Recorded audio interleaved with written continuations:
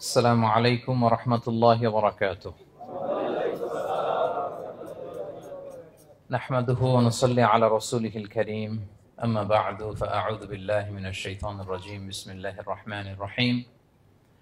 قل هو الله أحد الله الصمد لم يلد ولم يولد ولم يكن له كفوا أحد. صدق الله العظيم. رب اشرح لي صدري ويسر لي أمري واحلل عقدة من لساني يفقهوا قولي. প্রিয় ভাইরা, আপনারা জানেন যে এই রমাদানে আমরা একটি কোরআন সিরিজ করছি। প্রতিটি প্রোগ্রামে আমরা কোরআনের কোনো না কোনো সূরা থেকে কিছু আলোচনা শুনছি। তারই ধারাবাহিকতায় আজকে আমি সূরাতুল ইখলাস তেলাওয়াত করেছি, ছোট্ট একটা সূরা। এই সূরার সংক্ষিপ্ত তাফসীর আজকে আমরা শুনবার চেষ্টা করব ইনশাআল্লাহ বিইذنিল্লাহ। সূরাতুল ইখলাস সবার মুখস্থ আছে না? মুসলিম তো অবশ্যই, অনেক অমুসলিমেরও মুখস্থ, অনেক হিন্দুরও সূরা ইখলাস মুখস্থ আছে, জানেন? অনেক হিন্দু ভাইরা একই পাড়ায় একই সাথে সমাজে থাকার কারণে তারা সূরা ফাতিহা, ইখলাস এরকম দু চারটা দোয়া কালাম সূরা এদেরও মুখস্থ থাকে। সূরাতুল ইখলাস এমন একটা সূরা যেটা অনেক অমুসলিম ভাইদেরও মুখস্থ থাকে। খুব ছোট্ট সূরা। স্রষ্টার পরিচয় যে এত সহজ ভাষায় মাত্র 4টি বাক্যে দিয়ে দেয়া যায়, তার জলজন্ত প্রমাণ হচ্ছে এই সূরাতুল ইখলাস। মাত্র 4টি আয়াত। কয়টি? 4টি আয়াত দিয়ে আল্লাহ তাআলা স্রষ্টার পরিচয় খুবই চমৎকার ভাবে প্রিসাইজলি তিনি তুলে ধরেছেন। কোরআনের অনেক জায়গায় আল্লাহ তাআলা নিজের পরিচয় দিয়েছেন। যেমন সূরা বাকারার 255 নম্বর আয়াতে, মানে আয়াতুল কুরসির মধ্যে আল্লাহ তাআলা নিজের পরিচয় তুলে ধরেছেন। একটি আয়াত, 9টি বাক্য বিশিষ্ট একটি আয়াত, সেখানে আল্লাহ তাআলার পরিচয় খুব চমৎকার ভাবে পাওয়া যায়। আয়াতুল কুরসি, এটা আপনাদের মুখস্থ আছে না? আয়াতুল কুরসি ফরজ সালাতের পরে এটা পড়বেন। আল্লাহর হাবিব সাল্লাল্লাহু আলাইহি ওয়াসাল্লাম ফরজ সালাতের পরে এটা পড়তেন। তিনি বলতেন, মান কারা আয়াতুল কুরসি দুবুরা কুল্লি সালাতিন মাকতুবাতিন লাম ইয়ামনাহু মিন দুখুলিল জান্নাতি ইল্লাল মাউত। ফরজ সালাতের পরে যে আয়াতুল কুরসি তেলাওয়াত করবে তার জান্নাতে যাওয়ার ক্ষেত্রে আর কোনো বাধা থাকে না, মৃত্যু ছাড়া। মৃত্যুটাই বাধা, মরলেই জান্নাতি। আয়াতুল কুরসির ভেতরে আল্লাহ তাআলা ওনার পরিচয় তুলে ধরেছেন খুবই সংক্ষিপ্ত ভাবে, এক আয়াতে আল্লাহর পরিচয়। তারপর সূরা হাশরের শেষ 3 আয়াতে আল্লাহ তাআলা নিজের খুব চমৎকার পরিচয় তুলে ধরেছেন। তারপরে এই সূরা ইখলাসের মধ্যে আল্লাহ তাআলা আরো সংক্ষিপ্ত পরিসরে, ভেরি প্রিসাইজলি, মাত্র ছোট্ট ছোট্ট 4টা আয়াতে নিজের পরিচয় তুলে ধরেছেন। তো কিভাবে আল্লাহ তাআলা নিজের পরিচয় আমাদের সামনে পেশ করলেন, আমরা সেটাই আজকে শুনবার চেষ্টা করবো ইনশাআল্লাহ। সূরাতুল ইখলাস আপনারা কি জানেন এটা কোরআনের কততম পারায় অবস্থিত? 30তম পারায়। এবং এই সূরাটি মাক্কি সূরা। কি সূরা? কোরআনের সর্বশেষ পারায় অবস্থিত 30তম পারায়। আয়াত সংখ্যা তো আমরা শুরুতেই বললাম, কয়টি? 4টি। এই সূরাটি কোরআনের যে সূরার ধারাক্রম, সেই ধারাক্রম অনুসারে 112 নম্বর সূরা। কত নম্বর? 112 নম্বর সূরা। এই সূরাটা মক্কাতুল মুকাররমাতে নাজিল হওয়ার কিছু প্রেক্ষাপট আছে। প্রেক্ষাপটগুলো হচ্ছে, আরবরা বংশকে খুব গুরুত্ব দেয়, বংশ প্রিজার্ভ করা, লিনিয়েজকে প্রিজার্ভ করা। এবং তারা মানুষকে দেখে, শুধু মানুষ তো না, মানুষের পায়ের ছাপ দেখে বলে দিতে পারতো তার বাবাকে, তার বাবাকে, পর দাদাকে, 14 পুরুষের নাম বলে দিতে পারতো। শুধু মানুষই না, তারা উটের পায়ের ছাপ দেখে, উটের পায়ের, মরুভূমির বালুতে উটের পায়ের ছাপ দেখে ওই উট কোন বংশের, ওই বংশের ওর নাম কি, ওর বাবার নাম কি, ওর দাদার নাম কি, 14 পুরুষ এরকম ছিল। এবং তারা দুজন মানুষকে যদি ঢেকে রাখা হয় সারা শরীর, শুধু পায়ের একেবারে শেষের দিকের ছোট আঙ্গুল দেখে, এটাকে ইলমুল কিয়াফা বলে, ওই ছোট আঙ্গুলের শেপ দেখে ওরা বলে দিতে পারতো সে কোন বংশের, তার বাবার নাম কি, দাদার নাম কি, 14 পুরুষ। তারা এই লিনিয়েজকে প্রিজার্ভ করতো আর কি এইভাবে। এবং এই বংশ পরিক্রমা মুখস্থ করা, জানা, জিজ্ঞেস করা, এটাকে গুরুত্ব দিত। তো তারা আল্লাহকেও আমাদের মতো এরকম একজন সত্তা ভেবে আল্লাহ হাবিব সাল্লাল্লাহু আলাইহি ওয়াসাল্লামকে জিজ্ঞেস করতেছে যে, ইদান খালাকাল্লাহু কুল্লা শাই ফামান খালাকাল্লাহ। মুহাম্মদ, তুমি তো বলো যে আল্লাহ নাকি সব সৃষ্টি করেছে, তো আল্লাহকে কে সৃষ্টি করেছে? অথবা বলো যে আল্লাহর বাবাকে, আল্লাহর দাদাকে, আল্লাহর পরদাদাকে, আল্লাহর বংশটা বলো। তো তখন তাদের এই প্রশ্নের জবাবে আল্লাহ তাআলা সূরাতুল ইখলাস নাজিল করেন যে, কুল হু আল্লাহু আহাদ। হে নবী, আপনি বলুন আল্লাহ হচ্ছেন এক, অদ্বিতীয়, ইউনিক, অ্যাবসলিউট। আল্লাহুস সামাদ, তিনি হচ্ছেন সামাদ, তিনি কারো প্রতি নির্ভরশীল নন, অমুখাপেক্ষী। লাম ইয়ালিদ ওয়া লাম ইউলাদ, তিনি কাউকে জন্ম দেনও নাই, আবার তিনি কারো কাছ থেকে জন্ম নেনও নাই। ওয়ালাম ইয়াকুল্লাহু কুফুয়ান আহাদ, তার সমকক্ষ, তার মতো, তার সিমিলার মহাবিশ্বে দ্বিতীয় কেউ নাই। সুবহানাল্লাহ। এটা হচ্ছে শানে নুজুল, কোন প্রেক্ষাপটে নাজিল হয়েছে, এটা হচ্ছে একটা বর্ণনা। আরেক বর্ণনা এসছে, মক্কার মুশরিকরা জিজ্ঞেস করতে আরম্ভ করলো, ইয়া মুহাম্মদ, আমরা জানি মানুষ মাটির তৈরি, ফেরেশতারা নূরের তৈরি মানে আলোর তৈরি, এরপর জিনেরা আগুনের তৈরি, আল্লাহ কিসের তৈরি?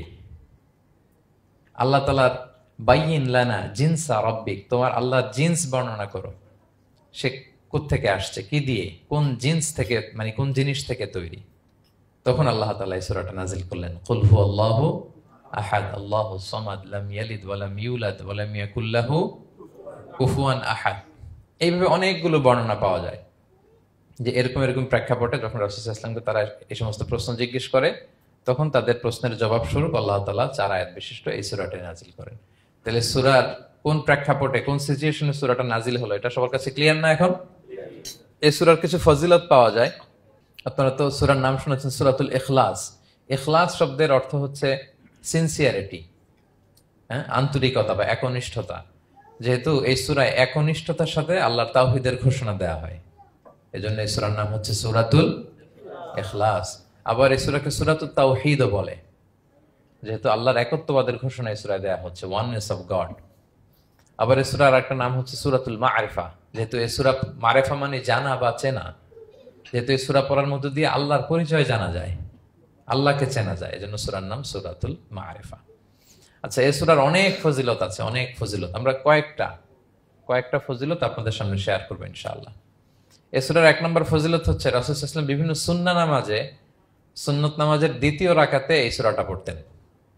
যেমন ফজরের 2 রাকাত সুন্নত আছে না, ফজরের 2 রাকাত সুন্নতের দ্বিতীয় রাকাতে রাসূল সাল্লাল্লাহু আলাইহি ওয়াসাল্লাম এটা পড়তেন। প্রথম রাকাতে সূরা কাফিরুন, দ্বিতীয় রাকাতে সূরা ইখলাস, এটা পড়তেন। মাগরিবের নামাজের যে সুন্নাত, সেই সুন্নাতেরও দ্বিতীয় রাকাতে আল্লাহর হাবিব সাল্লাল্লাহু আলাইহি ওয়াসাল্লাম এই সূরাটা পড়তেন। তাওয়াফ করার পরে 2 রাকাত নামাজ পড়তে হয়, জানেন? ওই 2 রাকাত নামাজে রাসূল সাল্লাল্লাহু আলাইহি ওয়াসাল্লাম প্রথম রাকাতে সূরাতুল কাফিরুন, দ্বিতীয় রাকাতে সূরাতুল ইখলাস পড়তেন। বিতিরের সালাতের শেষ রাকাতে আল্লাহর হাবিব সাল্লাল্লাহু আলাইহি ওয়াসাল্লাম সূরাতুল ইখলাস পড়তেন। এই মর্মে অনেকগুলো হাসান হাদিস আছে। তাহলে কখন কখন সূরাতুল ইখলাস পড়তেন রাসূল সাল্লাল্লাহু আলাইহি ওয়াসাল্লাম, কোন নামাজে? ক্লিয়ার না? ফজরের 2 রাকাত সুন্নত নামাজের শেষের রাকাতে, মাগরিবের 2 রাকাত সুন্নত নামাজের শেষের রাকাতে, তাওয়াফের পরে যে 2 রাকাত পড়তে হয় শেষের রাকাতে, বিতিরের সালাতের শেষ রাকাতে। এই সূরাটাকে আল্লাহর হাবিব সাল্লাল্লাহু আলাইহি ওয়াসাল্লাম সুলুসুল কোরআন বলেছেন, 1/3 অফ দ্য কিতাব। কোরআনের 3 ভাগের 1 ভাগ। সূরাতুল ইখলাস তা'দিলু সুলুসাল কোরআন। সূরা ইখলাস হচ্ছে কোরআনের 3 ভাগের 1 ভাগ। তার মানে আপনি যদি একবার সূরা ইখলাস পড়েন, কয় পারা তেলাওয়াতের সওয়াব? 2 বার পড়লে, 3 বার পড়লে, 3 বার পড়লে 1 খতম কোরআনের সওয়াব। আলহামদুলিল্লাহ। কেউ কেউ বলেন যেহেতু আল্লাহর একত্ববাদের কথাবার্তা কোরআনে 1/3 মানে 1/3 জুড়ে আছে, সেহেতু সূরাতুল ইখলাস সুলুসুল কোরআন মানে হচ্ছে যে কোরআনের 3 ভাগের 1 ভাগে আল্লাহ যা নিয়ে কথা বলেছে সূরাতুল ইখলাসের ভিতরেই সেটা সংক্ষেপে চলে আসছে। এজন্য এটাকে বলা হয় 1/3 অফ দ্য বুক, কোরআনের 3 ভাগের 1 ভাগ। এটার আরেকটা, এই হাদিসটা মুতাওয়াতির হাদিস। সূরাতুল ইখলাস তা'দিলু সুলুসাল কোরআন, এটা এমন সংখ্যক, বেশি সংখ্যক সাহাবী প্রতিটি জেনারেশনে বর্ণনা করেছে, সাহাবী, তাবি। এই হাদিসের ব্যাপারে কোনো ডাউট তৈরি হয় না, কোনো সাসপিশন তৈরি হয় না। খুবই ভ্যালিড এই হাদিসটা, যেটা কোরআনের 3 ভাগের 1 ভাগ। আচ্ছা, আল্লাহর হাবিব সাল্লাল্লাহু আলাইহি ওয়াসাল্লাম আরেকটা হাদিসে এসেছে, এক সাহাবীকে কোবা পল্লীতে ইমাম করে পাঠিয়েছেন। মদিনা মসজিদে নববীর পাশে একটা মসজিদ আছে, মসজিদে কোবা, সেই মসজিদের ইমাম করে এক সাহাবীকে পাঠিয়েছেন। ওই সাহাবীর একটা অভ্যেস ছিল, উনি প্রত্যেক রাকাতে সূরা ফাতিহার পরই আগে সূরা ইখলাস পড়তেন। ধরেন প্রথম রাকাতে সূরা ফাতিহার পরে ইখলাস, এরপর একটা সূরা পড়তেন। দ্বিতীয় রাকাতে সূরা ফাতিহার পরে আবার সূরা ইখলাস, এরপর একটা সূরা পড়তেন। ধরেন যে জুমার নামাজ 2 রাকাত, উনি ফাতিহার পরে প্রথমে কোন সূরাটা পড়ে নিতেন, এরপরে অন্য যে কোনো একটা সূরা। দ্বিতীয় রাকাতে সূরা ফাতিহার পরে কোন সূরাটা প্রথমে পড়ে নিতেন? ইখলাসের। এইটাই ওনার স্বভাব। প্রত্যেক নামাজে যদি কোনো ইমাম সাহেব শুধু সূরা ইখলাস পড়ে, একটু খারাপ লাগবে না আমাদের? ওনার মুসল্লিদেরও তাই লেগেছে। ওনারা জিজ্ঞেস করলেন, তুমি এটা কেন করো? এরকম না করে স্বাভাবিকভাবে পড়ো। তো উনি বললেন, না, আমি এইভাবেই পড়বো। আমি যেভাবে পড়তেছি এইভাবেই পড়বো, পড়লে পড়ো, না হলে তোমাদের হিসাব তোমাদের। তো তারা যে রাসূল সাল্লাল্লাহু আলাইহি ওয়াসাল্লামের কাছে বিচার দিল যে, ইয়া রাসূলুল্লাহ, দেখেন একজন ইমাম আপনি আমাদের জন্য নির্ধারণ করেছেন, উনি প্রত্যেক রাকাতে সূরা ইখলাস পড়ে, ইন এভরি সিঙ্গেল রাকা সূরা ইখলাস পড়ে।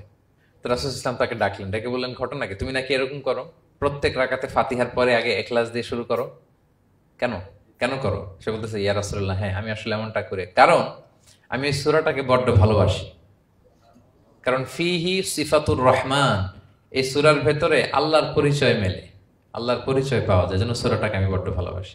রাসূল সাল্লাল্লাহু আলাইহি ওয়াসাল্লাম বললেন, ঠিক আছে, তোমার অভ্যাসের পরিবর্তন করার দরকার নাই, হুব্বুকা ইয়াহা ইউদখিলুকাল জান্নাহ, এই সূরার প্রতি তোমার এই ভালোবাসাই তোমাকে জান্নাতে প্রবেশ করাবে।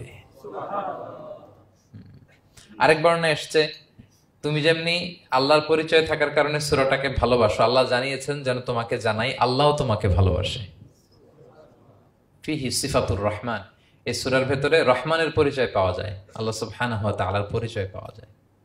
তো এই জন্য উনি প্রত্যেক রাকাতে সূরা ইখলাস পড়তেন।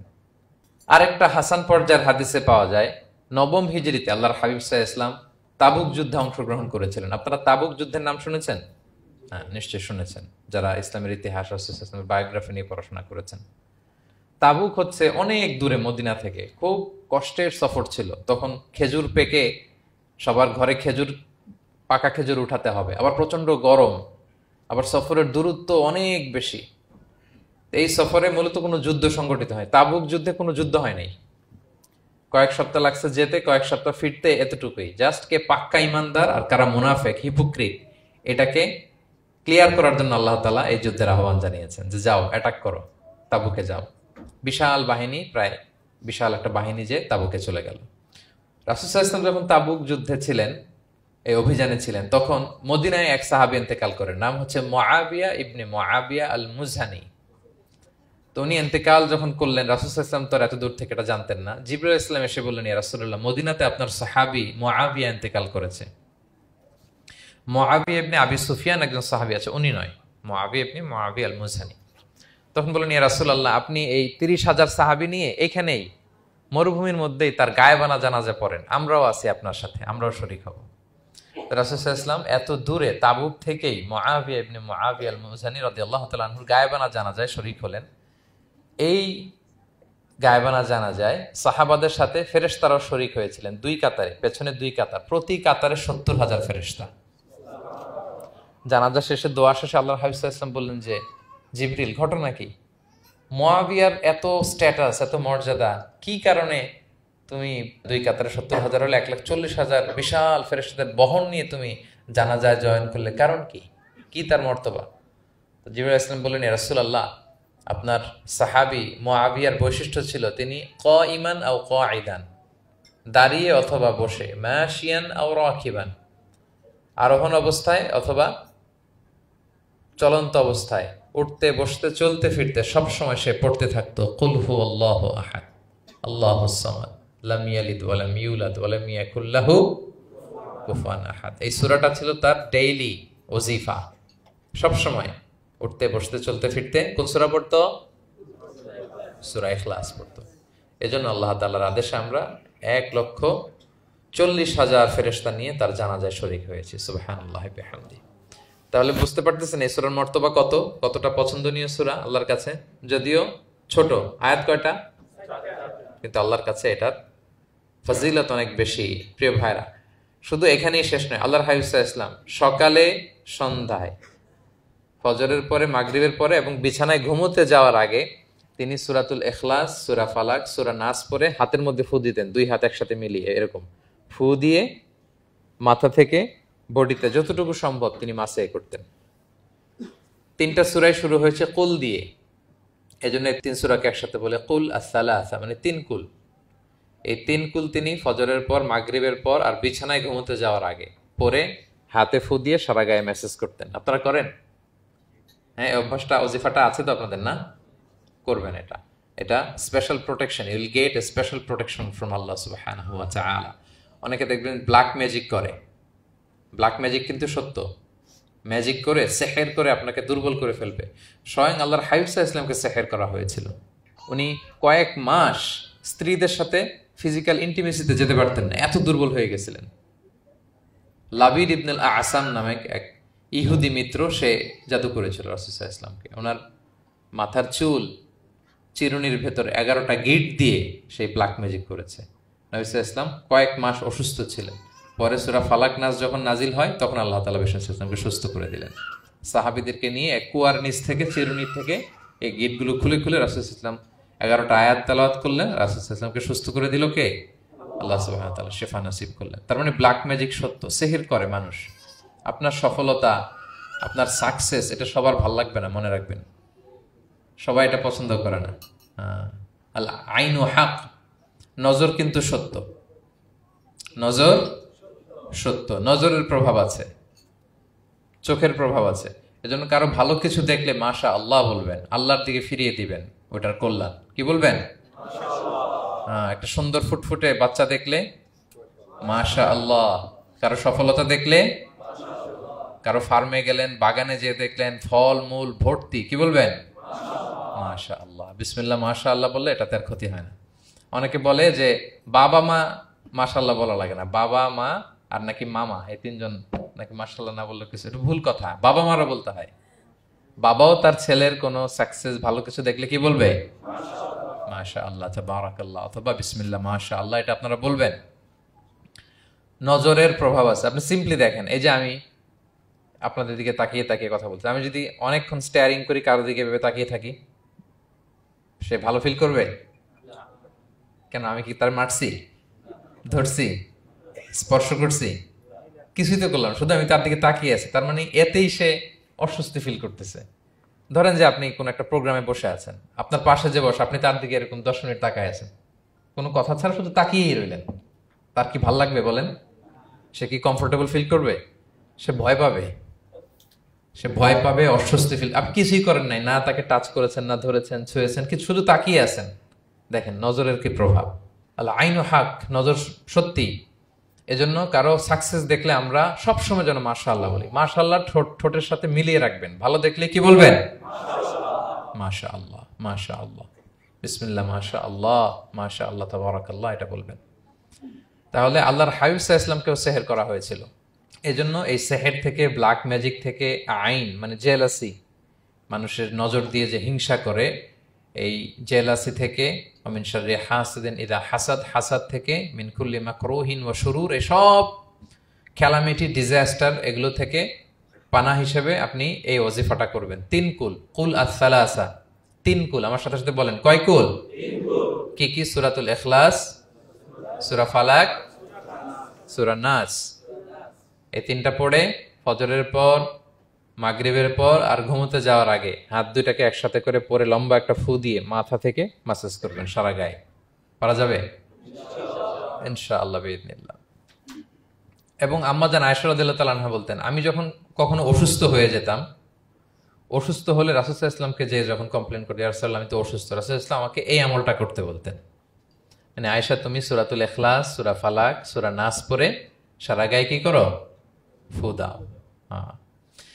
আলী রাদিয়াল্লাহু তাআলা আনহু বর্ণনা করেন, আল্লাহর হাবিব সাল্লাল্লাহু আলাইহি ওয়াসাল্লাম একবার নামাজ পড়তেছেন, নামাজে তিনি সিজদারত অবস্থায়, ইন দ্য মিন টাইম লাদাগাতহুল আকরাব, একটা বিচ্ছু রাসূল সাল্লাল্লাহু আলাইহি ওয়াসাল্লামের আঙ্গুলে কামড় দিল। বিচ্ছুর কামড় খাইছেন? হ্যাঁ, কেমন লাগে? খুব আরাম লাগে? হ্যাঁ, খুব যন্ত্রণা হয়, অনেক যন্ত্রণা হয়। রাসূল সাল্লাল্লাহু আলাইহি ওয়াসাল্লামকে যখন কামড় দিল নামাজরত অবস্থায়, রাসূল সাল্লাল্লাহু আলাইহি ওয়াসাল্লাম খুব যন্ত্রণা পেলেন, ব্যথা পেলেন। বিচ্ছুটারে লানত করলেন। সাধারণত লানত করতেন না, তিনি বলতেন লানাতুল্লাহি আলাল আকরাব, এই বিচ্ছুর উপর লানাত, লা ইয়াদাউ নাবিয়ান আলা গায়রা, এই বিচ্ছু নবীও চিনে না, মানুষও চিনে না। মানে কোথায় কামড় দিতে হবে এটাও বুঝতেছে না। শুধু নবী না, সব নবীদের নবী, উনারা কামড় দিয়ে ফেলছে। তাই আল্লাহর পক্ষ থেকে পরীক্ষা ছিল, কেয়ার করা। উনি ভর্ৎসনা করলেন, লানত করে বললেন, নবীও চিনস না, মানুষও চিনস না, কামড় দিয়ে খুব কষ্ট পাচ্ছেন তিনি। তো আল্লাহ হাবিব সাল্লাল্লাহু আলাইহি ওয়াসাল্লাম বললেন, যাও গরম পানি আর লবণ নিয়ে আসো, এনে এটার মধ্যে ঢালো। তো ঢালতে আরম্ভ করলো। লবণ কিন্তু খুবই ব্যথানাশক, pain killer, natural pain killer. এটার মধ্যে সোডিয়াম ক্লোরাইড আছে, তো এটা গরম করে লবণ মিশিয়ে দিলে যে কোনো ব্যথাটা সাথে সাথে ভালো হয়ে যায়। রাসূল ইসলাম বললেন ঢালো। ঢালতেছে, রাসূল ইসলাম পড়তেছেন কুল হুয়াল্লাহু আহাদ আল্লাহুস সামাদ লাম ইয়ালিদ ওয়া লাম ইউলাদ ওয়া লাম ইয়াকুল লাহু কুফুয়ান আহাদ বলে ফু দিচ্ছেন আর ঢালতেছে। ঢালাও শেষ, আঙ্গুলের ব্যথাও শেষ।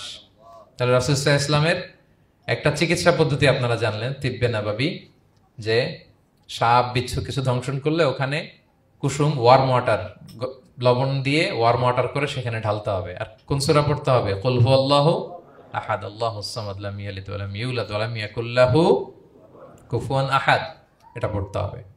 তাহলে এই সূরার ফজিলত কি জানতে পেরেছেন আপনারা? ক্লিয়ার তো না? আমি রিপিট করি কি কি ফজিলত বললাম।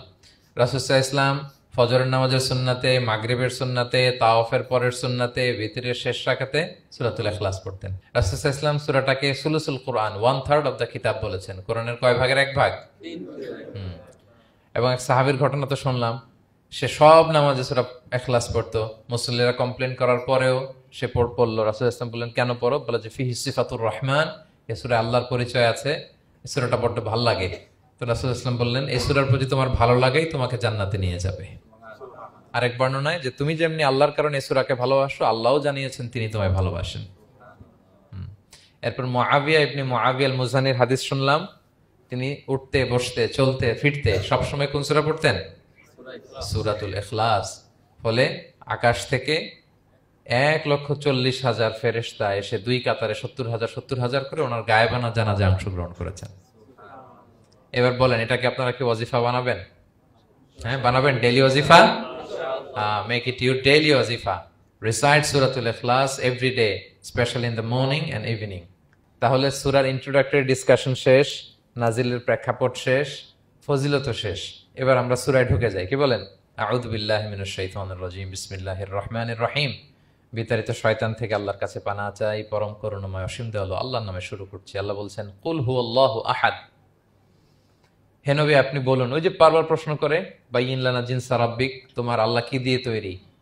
আল্লাহ কি স্বর্ণের তৈরি, না রূপার তৈরি, না কাঠের তৈরি? এভাবেই লিটারালি বলতেছে, আহুয়া মিন যাহাব আও ফিদ্দা আও মিন খাশাব। মুহাম্মদ তোমার আল্লাহ কি স্বর্ণের, না রূপার, না কাঠের? আল্লাহ বলেন, নবী আপনি এটা বলেন। কুল, নবী আপনি বলুন, হুয়াল্লাহু আহাদ, আল্লাহ হচ্ছে এক। তোমরা যেরকম আল্লাহকে ভাবো, আল্লাহ আসলে ওই রকম নয়। আল্লাহর সত্তাটা আমাদের মতো নয়, সৃষ্টিগত সত্তার মতো নয়।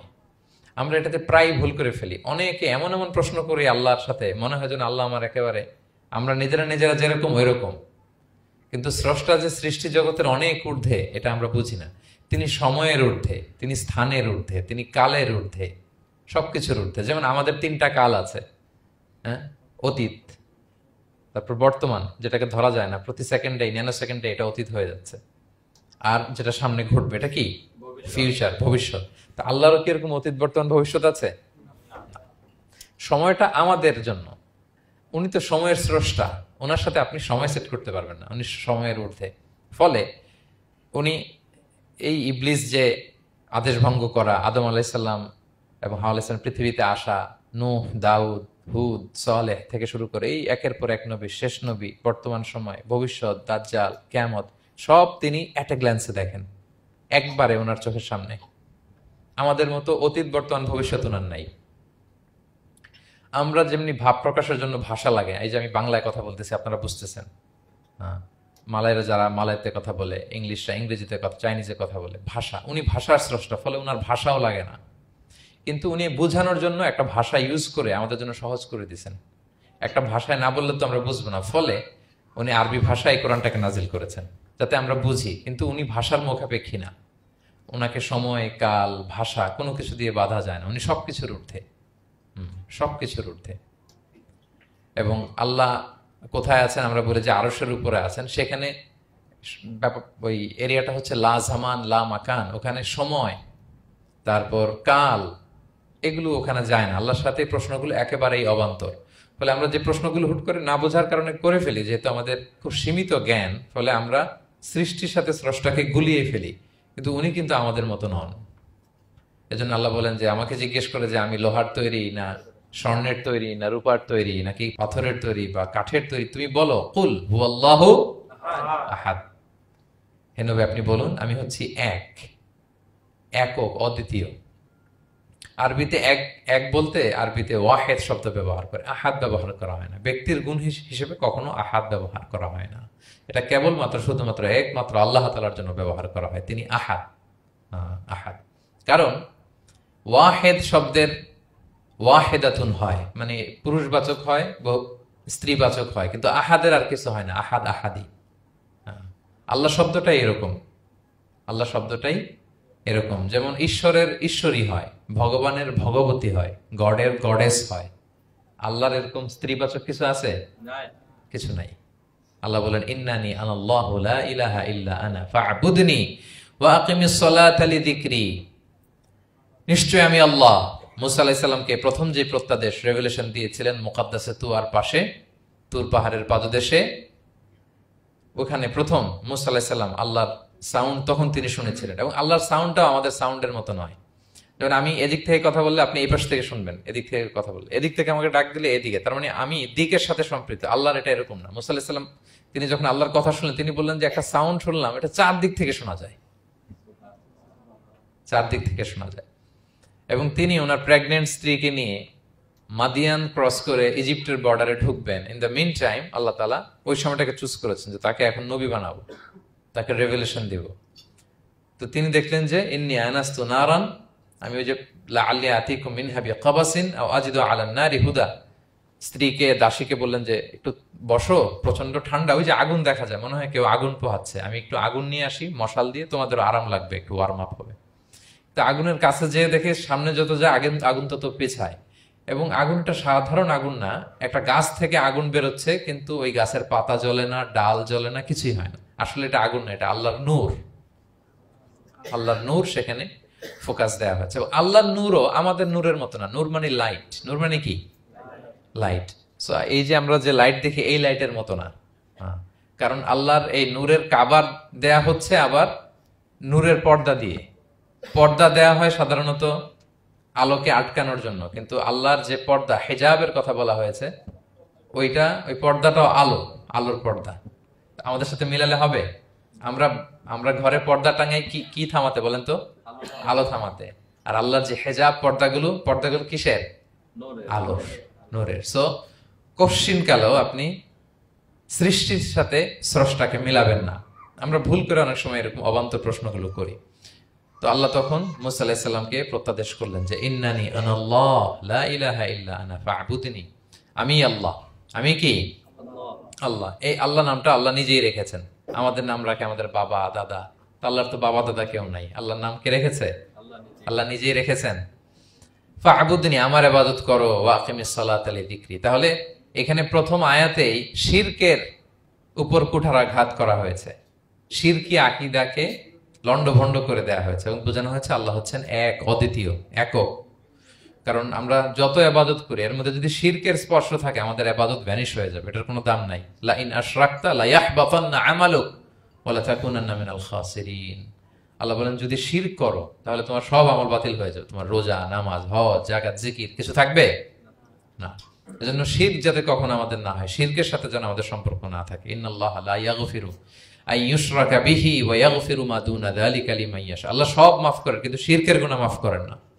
কি মাফ করে না? হ্যাঁ, এজন্য শিরকের সাথে আমাদের কোনো সম্পর্ক নাই। দেখেন, আমরা যখন নামাজে দাঁড়াই, আমরা তাকবীরে তাহরিমে বাঁধার পরে কি পড়ি? ওয়াজ্জাহতু ওয়াজহিয়া লিল্লাযী ফাতারাস সামাওয়াতি ওয়াল আরদা হানিফা ওয়া মা আনা মিনাল মুশরিকিন। দেখেন, নামাজে দাঁড়ালে আগে ক্লিয়ার করে নিতে হয় যে আল্লাহ ওয়া মা আনা মিনাল। এই যে লক্ষ লক্ষ হাজী সাহেবরা যায় ইজহার রেদা পরে, ওখানে কি পড়ে? লাব্বাইক আল্লাহুম্মা লাব্বাইক লাব্বাইক লা শারীকা লাক। আগে হিসাব ক্লিয়ার যে আল্লাহ শিরকের সাথে ছিটেফোঁটা সম্পর্ক আমাদের নাই। আমরা একনিষ্ঠভাবে তোমার ইবাদত করি। তাহলে সূরাতুল ইখলাস বেসিক্যালি তাওহীদের একনিষ্ঠ ঘোষণার নাম, যেটার প্রথম আয়াত আল্লাহ তাআলা নবীকে বললেন যে হে নবী, আপনি আমার পরিচয় দিয়ে দেন। আপনি বলুন কুল হুয়াল্লাহু আহাদ, আমি এক, একক, অদ্বিতীয়। কুল হুয়াল্লাহ, নবী আপনি বলুন তিনি হচ্ছেন আল্লাহ এবং তিনি হচ্ছেন আহাদ। আল্লাহ নামটার অনেক ভাবে কোরআনে পরিচয় দিয়েছেন। আল্লাহ আলিফ লাম লাম, আলিফ ছাড়া, লিল্লাহ দিয়ে, লাম ছাড়া, লাহু দিয়ে, আপনি যেভাবেই বলবেন সেভাবে আল্লাহর পরিচয় পাওয়া যায়। লিল্লাহি মা ফিস সামাওয়াতি ওয়া মা ফিল আরদ, কোরআনের অনেক আয়াতে এসেছে। লাম বাদ দিয়ে দিলে লাহুল মুলকু ওয়া লাহুল হামদু ওয়া হুয়া আলা কুল্লি শাইইন কাদির। লাম বাদ দিয়ে দিলে হা দিয়ে আল্লাহর পরিচয় দিয়েছেন, হুয়া দিয়ে পরিচয় দিয়েছেন, হুয়াল্লাহুল্লাযী লা ইলাহা ইল্লা হু। তাহলে যেভাবে আপনি পরিচয় খুঁজতে যাবেন সেখানে আল্লাহর পরিচয় পাওয়া যাবে। আল্লাহ তাআলা বলছেন হুয়াল আউয়ালু ওয়াল আখিরু ওয়াল যাহিরু ওয়াল বাতিন ওয়া হুয়া বিকুল্লি শাইইন আলিম। তিনি প্রথম, তিনি শেষ, তিনি প্রকাশ্য, তিনি গোপন। তিনি প্রথম মানে কি? তিনি সূচনাহীন অতীত থেকে আছেন। দেখেন আমাদের সাথে মিলে না। আমাদের অতীতের একটা সূচনা থাকে, কি বলেন, আমার জন্মের একটা স্টার্টিং পয়েন্ট আছে না, যে এখান থেকে আমার অস্তিত্ব শুরু, এত সালে আমি, এত সালে আপনি। তার মানে আমাদের একটা স্টার্টিং আছে তো নাকি? আল্লাহ স্টার্টিং কবে থেকে বলেন?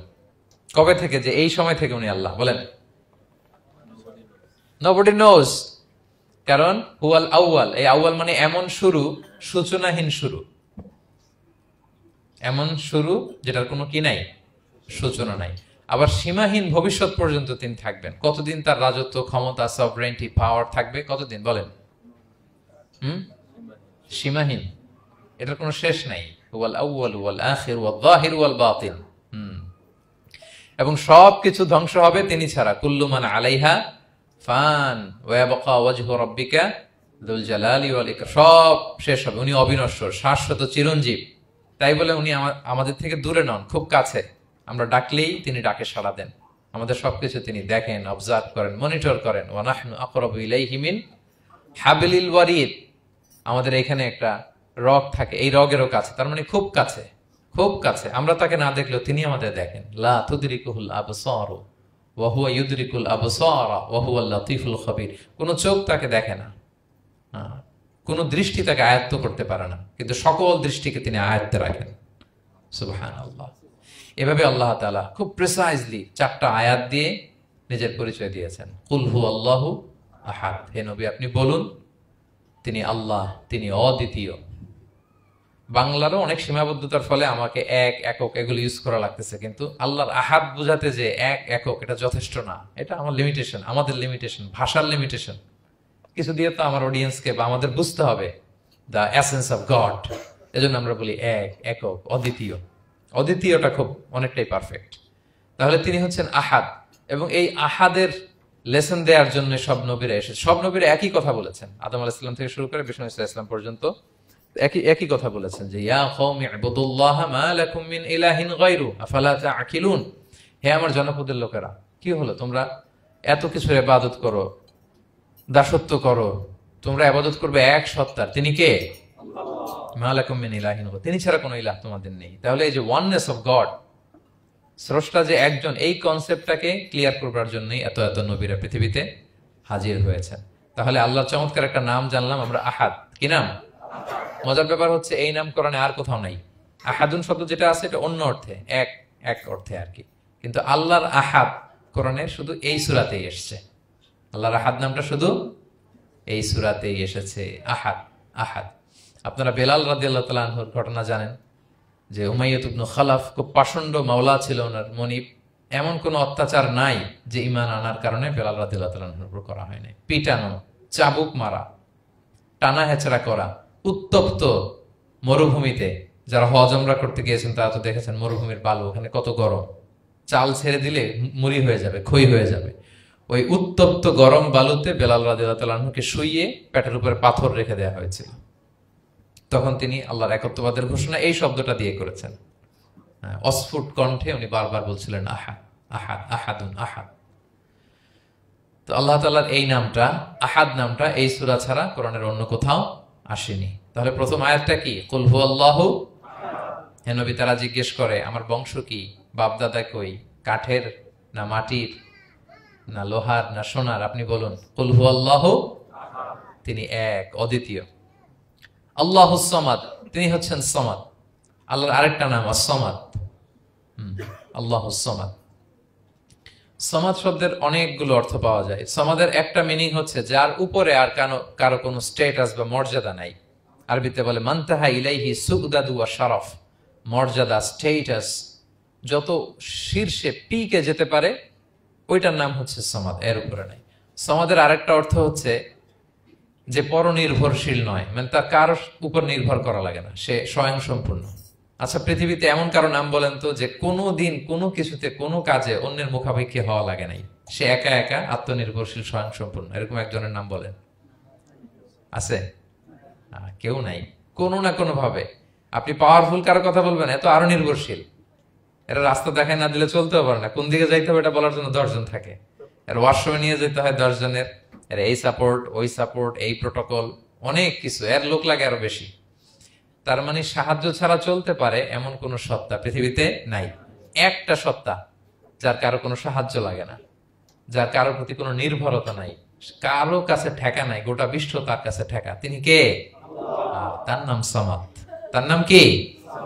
আল্লাহুস সামাদ। অমুখাপেক্ষী, অ্যাবসলিউটলি ইন্ডিপেন্ডেন্ট। কখনো কোনো কাজে তার কারো কাছে যেতে হয় না, কারো উপর ভরসা করতে হয় না, কারো প্রতি তার কোনো ঠেকা নাই।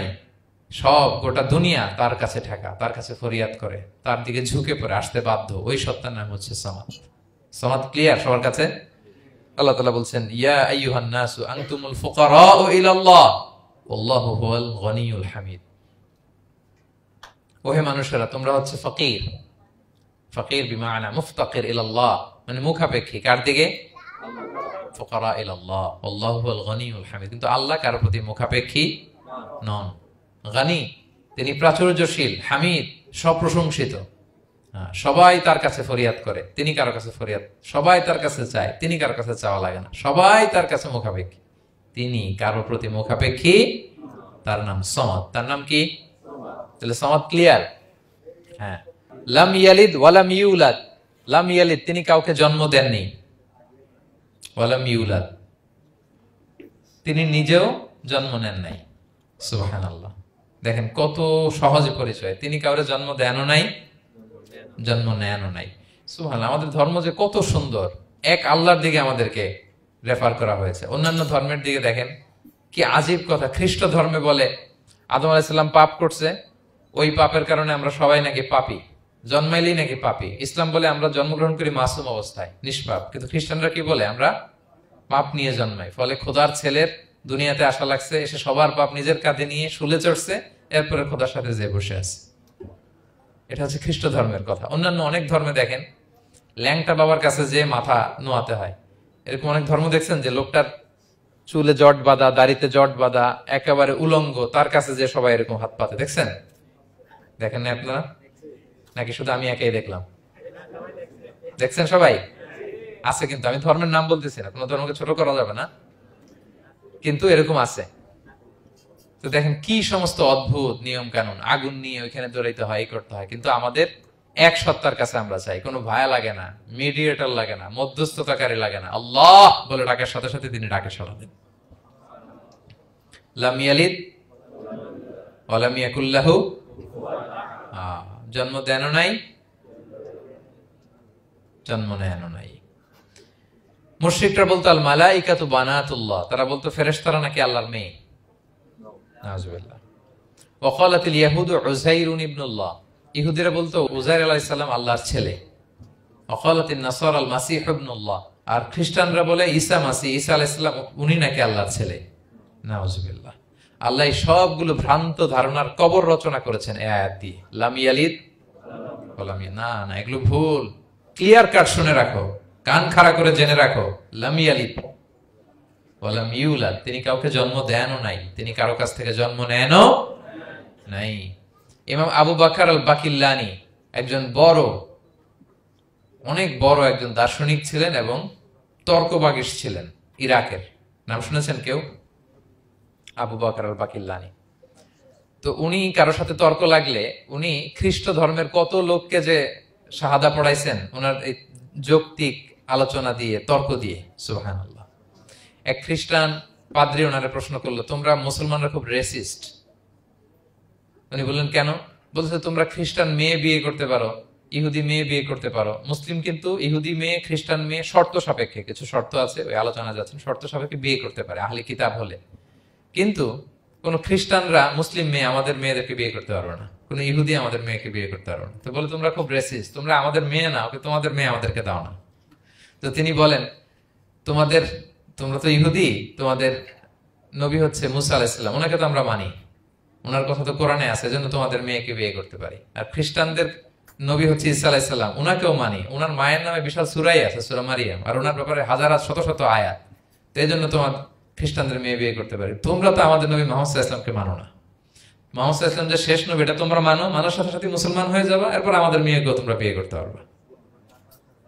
এভাবে উনি এমন ভাবে উত্তর দিতেন ফাবুহিতাল্লাযী কাফার, কোন একেবারে লাজবাব হয়ে যেত। তো ওনার নাম যখন ছড়ালো, ইরাকের মুসলিম বাদশাহ ওনাকে কনস্টান্টিনোপলে পাঠাবেন, যেখানে রোমান এম্পায়ার। তো রোমান এম্পায়ার এরাও খুব প্রস্তুতি নিয়ে আছে যে আবু বকর আল বাকিলানিকে ডিল করা অনেক কঠিন, সে আসতেছে, তার সাথে কিভাবে কি করা যায়। তো আপনারা জানেন যে খ্রিস্ট সমাজের নিয়ম হচ্ছে রাজার দরবারে ঢুকতে গেলে কুর্নিশ করে ঢোকা লাগে। কি করে? মাথা নত করে, এরকম নিচের দিকে করে রুকুর মতো করে এরপরে ঢোকা লাগে। তো এখন তারা প্ল্যান করতেছে যে আবু বকর বাকিলানি তো জীবনে আমার কুর্নিশ করবে না, এটা তো আমার জন্য অপমান হয়ে যাবে, কি করা যায় কি করা যায়। তো রাজার এক বড় উজির সে প্ল্যান করলো, একটা কাজ করেন, রাজ দরবারে তাকে যখন ঢোকানো হবে তার জন্য একটা স্পেশাল গেট বানানো হবে। দরজাটা ফুল হবে না, হাফ হবে, অর্ধেক। তো অর্ধেক দরজা দিয়ে যখন সে ঢুকবে, সে তো বাধ্য মাথা নিচু করে ঢুকতে হবে, তাহলে রুকু হয়ে গেল, কুর্নিশ আপনাদের দেওয়া হয়ে গেল। বলে এই তো চমৎকার বুদ্ধি, ঠিক আছে একটা ছোট্ট দরজা বানাও। তো বানাইছে। উনি যখন কনস্টান্টিনোপলে পৌঁছলেন, ওনাকে নিয়ে আসালো রাজদরবার, বলতেছে এটা দিয়ে ঢুকতে হবে আমাদের, সবার ঢুকেন। তো সবাই এরকম মাথা নিচু নিচু করে ঢুকছে। উনি দেখেই বুঝছে এটা তো কৌশল করছে আমার সাথে। তো উনি মাথা নিচু করছেন, কিন্তু এমনি না, উল্টা উল্টা হয়ে উনি মাথাটা পিছনে দিয়ে, বুঝতে পারছেন, উনি অ্যাবাউট টার্ন হয়ে ঢুকতে তো হবে, পিঠটারে রাজার দিকে দিয়ে, নিতম্বটাকে রাজার দিকে দিয়ে, তারপরে উনি রুকু দিছে, উল্টা রুকু। তো এক হিসেবে কুর্নিশ হয় না, বরং আরো রাজাকে কি হয়েছে, ইনসাল্ট করা হয়েছে। রাজা তো রেগে মেগে আগুন। সবাই, রাজা বলছে জানতাম ও এরকম কিছু একটা করবে। মানে এমন ভাবে উনি বুদ্ধি বের করে ওনাকে, ওনার সাথে আর পারা যায়। কেন ওনার কথা আনলাম এই জন্য, সেখানে যেও উনি পুরো রাজ দরবারকে তাক লাগিয়ে দিলেন এইভাবে। উনি দেখেন যে কনস্টান্টিনোপলের রোমান এম্পায়ারের পাশে পোপ বসা। পোপ চেনেন তো, মানে তৎকালীন খ্রিস্টান সবচেয়ে বড় পাদ্রী। তিনি যে বলতেছে কাইফা হালুক ইয়া কাহানাতুল মা'বাদ ও কাইফাল আহল ও কাইফাল আওলাদ, যে বলতেছে আরে সম্মানিত পোপ, আপনি কেমন আছেন, আপনার বউ কেমন আছে, আপনার সন্তান কেমন আছে। এই কথা শুনে রাজা রেগে মেগে আগুন। এই আবু বকর বাকিলানি, এত বড় সাহস, তুমি জানো না উনি পোপ? পোপদের বিয়ে করা নিষেধ, তারা এত পবিত্র, তাদের স্ত্রী হয় না, তাদের সন্তান হয় না। একজন পবিত্র সত্তার সন্তান থাকে কি করে, স্ত্রী থাকে কি করে, তারা আমাদের পোপ। তা আবু বকর আল বাকিলানি বলে, আপনাদের পোপের যদি স্ত্রী থাকলে ইজ্জত চলে যায়, সন্তান থাকলে সম্মান ক্ষুণ্ণ হয়, তাহলে আপনারা ঈসা আলাইহিস সালামকে আল্লাহর সন্তান কি করে বানান, মেরিকে আল্লাহর স্ত্রী কি করে বানান। সুবহানাল্লাহ বিহামদিহি। আল্লাহর সাথে আপনারা বউ সেট করতে পারেন, আল্লাহর সন্তান সাব্যস্ত করতে পারেন, কিন্তু আপনার পোপকে জিজ্ঞেস করলাম আপনার স্ত্রী কেমন আছে, আপনার বউ কেমন আছে, আপনার রেগে মেগে আগুন। এই কথা শুনে ওই ওদিকে যারা আছে সব শাহাদা পড়ে মুসলমান হয়ে গেছে। এরকম অনেক লোক ওনার বুদ্ধিমত্তা দেখে শাহাদা পড়ে পড়ে মুসলমান হয়ে গিয়েছে। এজন্য আল্লাহ তাআলা এই যে শিরকি আকীদার উপর কুঠারাঘাত করে তিনি বললেন লাম ইয়ালিদ ওয়া লাম ইউলাদ, তিনি জন্ম দেনও নাই, জন্ম নেনও নাই। ওয়া লাম ইয়াকুল্লাহু কুফুয়ান আহাদ, এই কুফু শব্দটা আল্লাহর জন্য যে ব্যবহার হয়েছে কোরআনে আর কোথাও নাই। এক হচ্ছে আহাদ, আর এই কুফু আর কোথাও নাই। আল্লাহ বলেন ওয়া লাম ইয়াকুল্লাহু কুফুয়ান আহাদ, তার সমকক্ষ কেউ নাই। আল্লাহর মতো similar, nothing is similar to him, equivalent to him. আল্লাহর মতো সিমিলার কিচ্ছু নাই। তাহলে আল্লাহ কার মতো? আল্লাহর মতো। আল্লাহ কার মতো? আল্লাহর মতো। অন্য আয়াতে আল্লাহ তাআলা বলছেন লাইসা কামিসলিহি শাই, তার মতো কেউ নাই, তিনি তার মতো। তাহলে আল্লাহ কার মতো? আল্লাহর মতো। ওয়ালাম ইয়াকুল্লাহু কুফুয়ান আহাদ, তার মতো কেউ নাই, তিনি তার মতো। তাহলে এই চার আয়াতে আল্লাহর পরিচয় পাইছেন আপনারা? তিনি এক, অদ্বিতীয়, তিনি অমুখাপেক্ষী, কারো কাছে হাত পাততে হয় না, সব হাত পেতে থাকে তার দরবারে।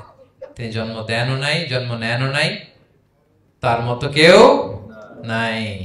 তো তাহলে আল্লাহর মতো কেউ নাই। আল্লাহ কার মতো? আল্লাহর মতো। তাহলে সূরাতুল ইখলাস ক্লিয়ার হয়েছে সবার? আল্লাহ নিজের পরিচয় দিলেন, তিনি এক, অদ্বিতীয়, তার কাছে চাইতে হয়। আমরা ফরিয়াদ করব কার কাছে? বিপদে আপদে, যে কোনো বিপদে ক্রাইসিসে পড়লেই কি করবেন? কার কাছে শেয়ার করবেন? নাকি ফেসবুকে শেয়ার করবেন? আমরা বিপদে পড়লে কোথায় শেয়ার দিয়ে দেই? প্রথমেই আমাদের শেয়ার দেওয়ার জায়গা কই? কিন্তু আসলে শেয়ার করতে হবে কার কাছে? প্রথমে আল্লাহর কাছে বলুন। তিনি আপনাকে বিপদ মুক্ত করতে পারেন, তিনি আপনাকে শান্ত করতে পারেন, আপনার অস্থিরতা দূর করতে পারেন, তিনি কেবল আপনাকে সফলতা দিতে পারেন, আর কেউ পারে না। এজন্য ফরিয়াদের হাত যেন আমরা তার দরবারে উঠাই। আল্লাহ তাআলা আমাদের সবাইকে কথাগুলো বোঝার, আমল করার তৌফিক দান করুক। হাদা মা ইনদি ওয়াল ইলমু ইনদাল্লাহি আলাইহি তাওয়াক্কালতু ওয়া ইলাইহি উনীব।